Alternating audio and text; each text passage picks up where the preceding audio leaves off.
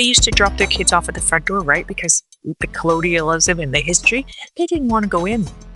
And I said, no, no, no, we're going to make that welcoming or that entrance so welcoming that the parents want to come in and have a cup of tea. Hello, and welcome to Art Restart, where we learn from artists who, wherever they work, whatever they make, are shaking up the status quo in their fields and in their communities.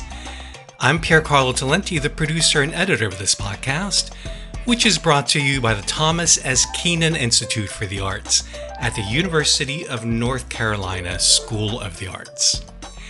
In this episode, we'll be learning from architect Wanda Dalla Costa. So in recent years, I've been reading a lot, as I'm sure you have, about how indigenous methods of forestry, including regular controlled burns, prevented historically the type of mega wildfires we're seeing throughout North America these days.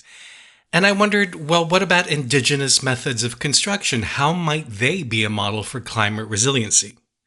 Which is why I turned to Wanda for answers. She grew up in Alberta, Canada, and is a proud member of the Saddle Lake Cree Nation.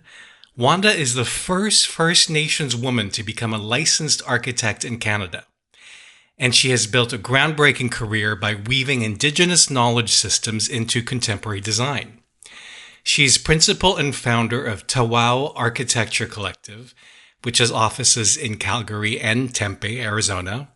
By the way, Tawau means sort of come in, you're welcome in the Cree language. So that right there gives you a sense of the type of company Wanda has founded. Tawau Architecture Collective has shaped cultural, civic, and educational projects across North America, from Calgary's Arts Commons transformation to Toronto's David Crombie Park revitalization. Wanda is also a professor at Arizona State University, where she directs the Indigenous Design Collaborative. I started off her talk by asking her at what point in her education as an architect she realized that incorporating her First Nations heritage was going to be crucial to her design aesthetic. I mean, that was the entire purpose that I went into architecture school with that intention. And I've heard from other graduates that graduated in my year that I've always held, I didn't realize this, but I according to the folks in my class, I've always held a deeply cultural belief, about architecture, not only communicating the identity of who Indigenous people are or who they aspire to be through identity or their belief systems or their cultural practices being able to be incorporated in the spaces that we design. But I think that was the entire push when I came back into that architecture school, is that I wanted to make culture speak. I wanted to make it visible. I wanted people to know what it is.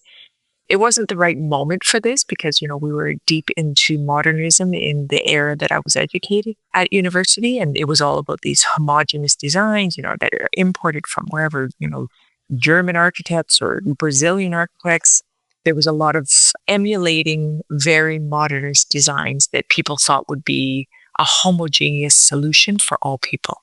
And I sat, of course, on the outskirts of that philosophy. Of course, I had to abide by it if I wanted to graduate from architecture school, but I knew that there was something more that I wanted to explore. So you were not encouraged to do your own study in school. You really had to sit by and wait till you were out to start making your own experimentations. Absolutely. Oh. But I had just saw a girl, I was presenting up in Canada last week, and I ran into a girlfriend of mine that we graduated together. And she said, Wanda, you've been talking the same talk for 30 years since I've known you. She goes, even back then in architecture school, you were talking about the wind and the sun and, connecting with four directions. And she said, you just came at architecture from a very different perspective. And to me, now that I understand, the last 30 or so years of work that we've done, it's not so much about culture, but of course that is one of the big drivers, but it's really about contextualizing architecture. So it's very place-based, not only from a climatic strategy, but from a cultural strategy. It's just, how do we make it more of the place for the people of that place instead of importing it from somewhere else? So how did you go about once you got your degree, how did you start creating what you're describing, your place-centered design? we're still trying. I call this a living model of architecture because through a lot of community conversations, we learned how to do this work in a good way. So we have a lot of best practices within the work we do, and they've been taught to us by cultural advisors, knowledge keepers, elders, even youth, administrators, whatever building type we're doing, whether it be a teacher or someone who runs a cultural center, they teach us. And we just have to be good listeners and to understand why they're asking us to integrate certain things within the architecture. For instance, I remember doing a school and she said, well, we need a whole wall to hang up headdresses, the big where you powwow and you have big feathered headdress. She said, we need a whole wall. So these sorts of modifications that we do to architecture, critically important. It's not something that we're taught in architecture school. We're not taught to customize according to a culture, but that's exactly what we're trying to do. What are other ways, as you mentioned, and I'm sure it hasn't changed that much, architecture is still taught from a Eurocentric perspective. What I'm hearing is a different way you approach architecture is to actually listen very carefully to the culture of your clients and what their needs are. In what other way is your approach, your Indigenous-inspired approach to architecture, different from what you were taught? One of the biggest lessons early on, we have something called, our method is called the Indigenous Placekeeping Framework, which is a 5-part methodology that design is in number 4. It's in phase 4 of our process. So this is a process that you developed? Yes. Yeah. Oh. And based on the teachings from our communities. How long did it take you to develop that protocol? Oh, well, it's still going. I would say we're still learning. We continue to learn. But it was really over about the first 5 or 10 years in the field, I knew that our approach, the methodology that we used was slightly different. And we just happened to be able to have the time, one summer, it was about, 7 or 8 summers ago, to write it all down and to document it and to put a graphic, make a graphic that described this process, which the 3 major phases in the middle of this framework are place-based research. So we spend 3 or 4 days just researching local culture, norms, protocols, the land acknowledgement, how many cultures live in this area, what are they trying to do, and just anything we can find out about the context. We put that in our back pocket, and then we go and do engagement, where we have those conversations and just validate everything that we think we have captured from our place-based research, but also new information. Sometimes we'll deep dive, things will come up in our conversation like, oh, we want to incorporate the 13 moons. Well, what is the 13 moons? Well, how can we incorporate? What's the most, is it sacred? Do we have to, are there special protocols? So then we do this engagement phase, and only after that do we do the co-design. And that's our phase number 4. The last phase, and I should say co-design is really just the back and forth. It's like the volleyball game with your client to make sure you have everything they have articulated correct in your design. Well, I love that you're calling your client a co-designer. Yeah, absolutely. Absolutely. We can't take any credits for this. We're just the vessel through which their ideas flow, quite honestly. So in the last phase is the storytelling phase, because we've collected quotes, we have transcripts, we have, we might even go into the archives of the museum to find pre-colonial patterns in beadwork and, regalia that we might be inspired from, particularly when the architectural precedents are long gone, they're disappeared, there's no trace. And so that storytelling phase, we put together everything that we've heard and collected, and we wrap it up in a package and give it back to our clients, right? It's their knowledge, their data. The initial phase, beautiful. Phase 1, yeah, thank you. And our phase 1 is really just an extended startup phase, which, normally takes a couple of weeks, but we really deep dive into the client's aspirations to make sure that we really understand what success means to them. So that's our Indigenous Placekeeping 5-phase framework. Could you describe the first project you were able to create through that framework that you thought, in a way, you kind of nailed it, that your vision came true? Yeah, absolutely. And it was about I don't know, a couple decades ago, we did a renovation of a school up in Calgary, Alberta.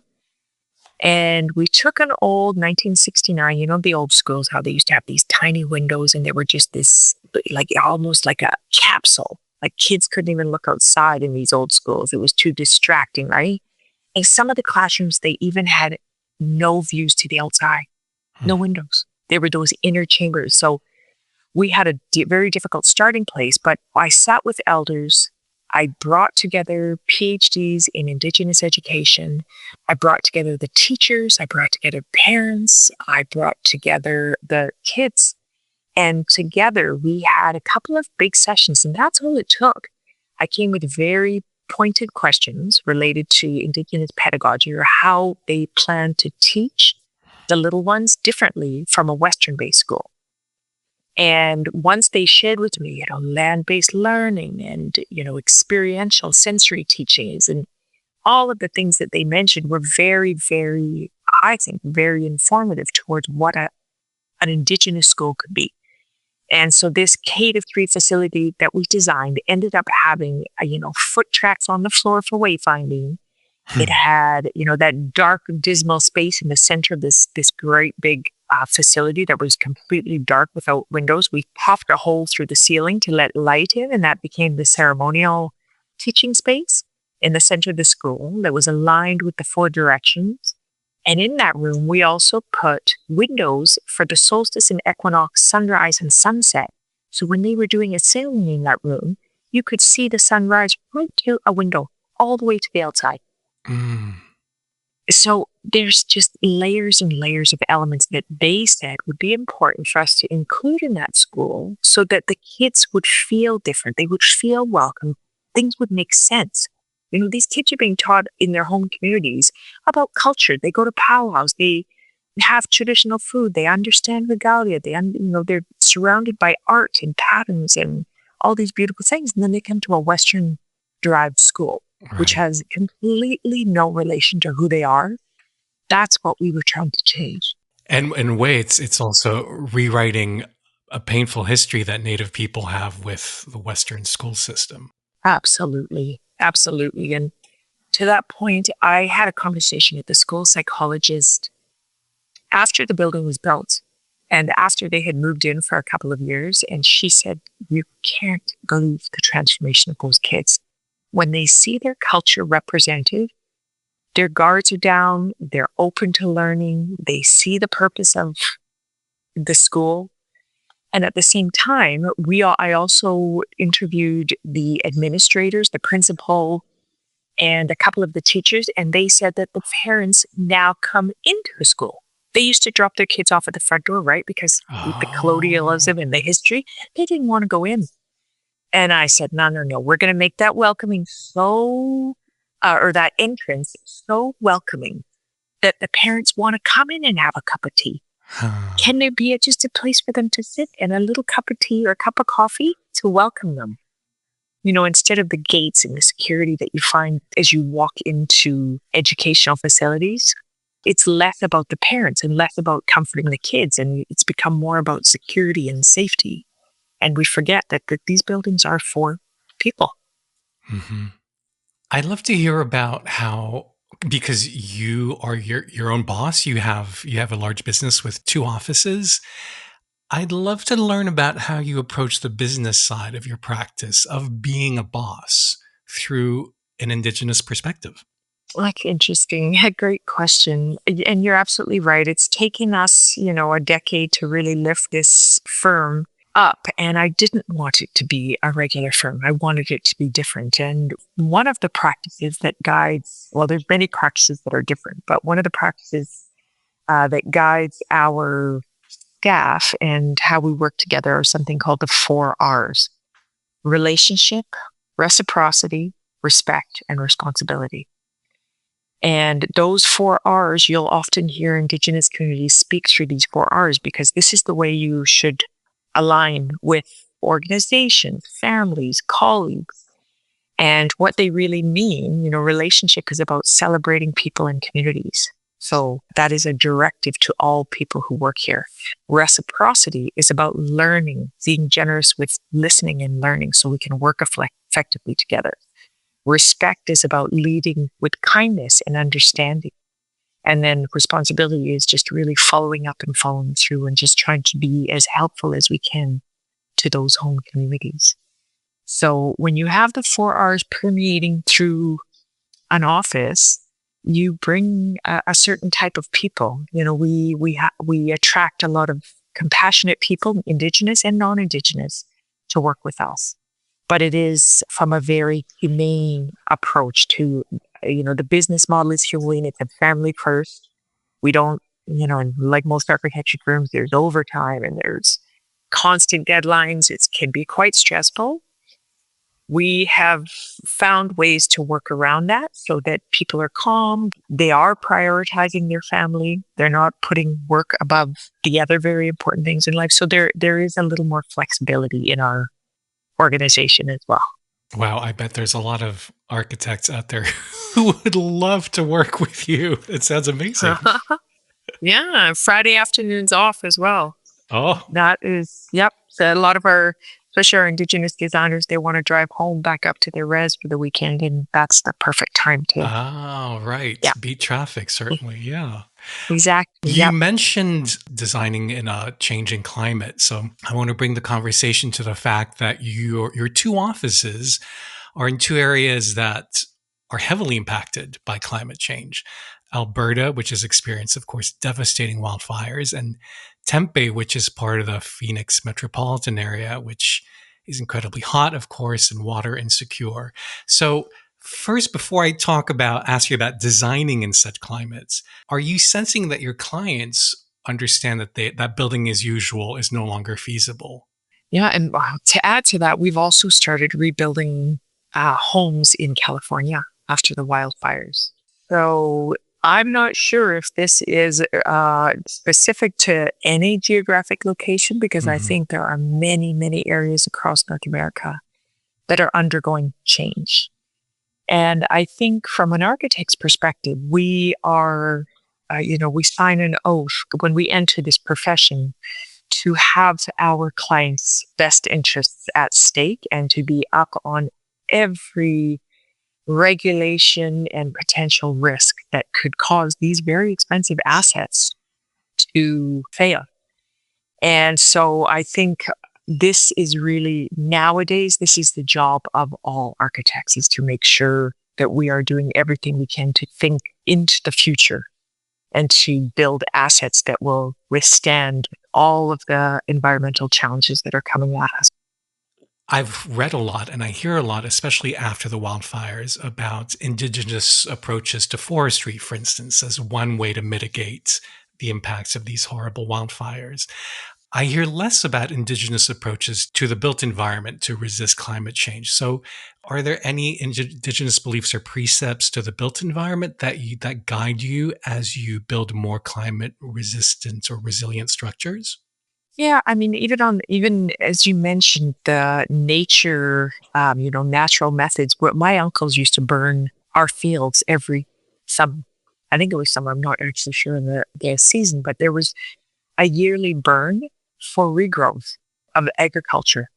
So there's a lot of long-standing practices that I think we have either not paid attention to or they're not used as commonly, but there are a lot of practices. In terms of the building and preserving these very expensive assets that are buildings, our philosophy, which is a direct reflection of the communities that we serve, are all about passive design, which is first and foremost using the gifts of Mother Earth. We've buried in very cold climates in the far north. We've used the earth, set the building inside the earth to keep it warm. That was a technique that many Indigenous people used in the past. Here in the region that I live in, with the Acoma and Peeposh people here in Arizona, they also used to build inside the earth because it was cooler there in Hmm. hot summers. So these passive design strategies, I think, and they don't just exist in North America, they exist across the world. Like when I was doing a housing design for this desert climate, I looked to the Middle East. I said, these folks have been really struggling with heat for a very long time. What is it that we can learn from them? And they had phenomenal strategies that could be incorporated in architecture. So I think the solution tied to Indigenous and that very deeply contextual architecture that I am so inspired by, and that ingenuity, I call it Indigenous ingenuity, that is what needs to be studied. How did people live in these climates? And can we adapt those strategies into contemporary architecture? And let me give you one quick example. A lot of the Indigenous architecture, well, in many places in the world, has a natural exhaust effect, either the way they're shaped or, I think of the instance of the teepee where it has the two teepee flaps that are on those two poles that sit outside the entry door. Hmm. Those teepee flaps help to expel air, hot air that comes from that warming fire inside. Depending on the direction of those teepee flaps, you can completely expel the hot air out of these structures. And we used a building similar to that where we captured the wind and had it pull the air, the air enters from the bottom of the structure, but it's pulled up because hot air rises, and it's pulled up from a chamber on the roof. And that it was a complete passive strategy that we learned from studying Indigenous architecture. Hmm. So we can reinvent those passive strategies. And they come in all shapes and sizes. I toured a building here in the heat of Arizona. He built an extremely thick wall of adobe earth mud, right, which is the best material to build here in Arizona because the thermal mass, the heat doesn't go through. And if you build it in a certain depth, it takes 8, sometimes 12 hours for the heat to pass through that structure. Wow. So on her west wall and her south wall, which are the two areas that experienced the most heat gain, the walls were thicker. Of course they were, Hmm. right? The Mhm. other adobe walls could be 6 inches, but the ones on the east and the south side, particularly the west, that's the problematic elevation here in Arizona, but that side was extra thick. They knew. Right. And then I'd love to know about your indigenous approach to your creativity. If there's a way you approach your imagination or your design, your actual practice in a way that is beholden to your own culture. Absolutely. I was recently reading a book, I can't remember the name, but it was about creativity. And he had a really beautiful description of how creativity is born. And his theory was that the more you're exposed to things out of the ordinary, the more seeds of imagination you have in your brain Hmm. to pull from. And he talked about, anomalies and accidents and, things that just come into being. Well, that's what we're trying to produce here at the firm is to have as many accidents as possible so that we enlarge the amount of inspiration in the Hmm. firm. And so when we go out, we go to a community, we've already done place-based research. We have all of these beautiful images and patterns and designs and motifs and traditional architecture forms that we've discovered. Often we show our clients. We used to hide it and just sort of put it in our back pocket. But nowadays we use these as conversation starters, and we'll consciously say, hey, we found a lot of this on the internet. We know a lot of it might be outdated or Right. not authentic or dangerously, a form of appropriation. But what is your reaction? Are we on the right track? Is there anything that really stands out? And through those conversations, the ideas come out in droves. And so our communities, when they sit down and they see their culture represented in this research document with images and quotes and references to where we got all the information, who said it, where the origin of these facts, that is a conversation starter, and it just incites more imagination because they start to just share ideas with us. And that is where the creativity comes. So is it a personal, innate creativity? Not as much as a series of happy accidents along this journey that we take with our clients. You are also a teacher, and I'd love to hear from you. what you're hearing from your students about the kinds of built environments they are hoping to live in and raise their families. I think, just watching my mother grow up on the res and her, my grandmother's house, there's a lot of beautiful, asset driven, positive in life. It just the way folk organize themselves and come together and help one another and unite as a family, unite as a community. These are the things that you don't hear in the news. You see pictures of, dilapidated houses. You see pictures of, packs of stray dogs running, but nobody reports the beautiful community building that happens within our communities. And so when I sing to our students, the students that I teach, many of them, this is their first experience. The house is their first experience with architecture. And so, of course, many of them, when they graduate, this is what they want to do and design our homes. I've had, I've supervised 6 or so PhDs in Indigenous architecture that have chosen a home as the final project. And it's extremely insightful because they all come at it from a very unique vantage point that I think was applicable to the way we live in the city right now. A lot of the houses on the reserve are multi-generational. We don't live as mom and dad and kids. There's often a grandmother, if not in the house, or a grandfather in the house, in the yard. They will pick up and move that little house, which is what we did with my grandmother. Pick up and move that house so she can be independent in her own little, 600 square foot house. But she's beside one of her children and all of the grandchildren. So she's not isolated. And so it's these sort of modifications that I think are made to many of our tribal and First Nations students that graduate. And that's what they're trying to capture, is the aspects that they notice are different.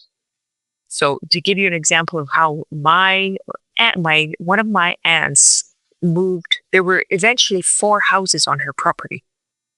Not just one, but there were 4, right? Because they want to stay together. And if you've studied tribal housing or First Nations housing, your name comes up on a list and they'll put you in whatever house is available. And it could be completely across the reserve or reservation. So all of the strong family ties and those, extended family ties are broken. And that is not good. So these are some of the changes that I'm hearing from students that I think are incredibly important. To support and to listen to and to really pay attention to, not just for Indigenous, the future housing, but I think also for the broader urban context. What are we learning? What can we learn about living well together as a community? To learn more about Wanda and to read this interview, just head to uncsa.edu/artrestart. If you enjoyed this or any of our episodes, it would mean the world to us if you'd rate and/or review Art Restart on whatever podcast platform you use. Oh, and please be sure to share this episode with anyone you think would enjoy it. I'd love for a lot of people to be inspired by Wanda and by Indigenous Ingenuity. Our theme music is by Shanghai Restoration Project. I'm Piercarlo Talenti, and on behalf of the Keenan Institute for the Arts, thank you for listening.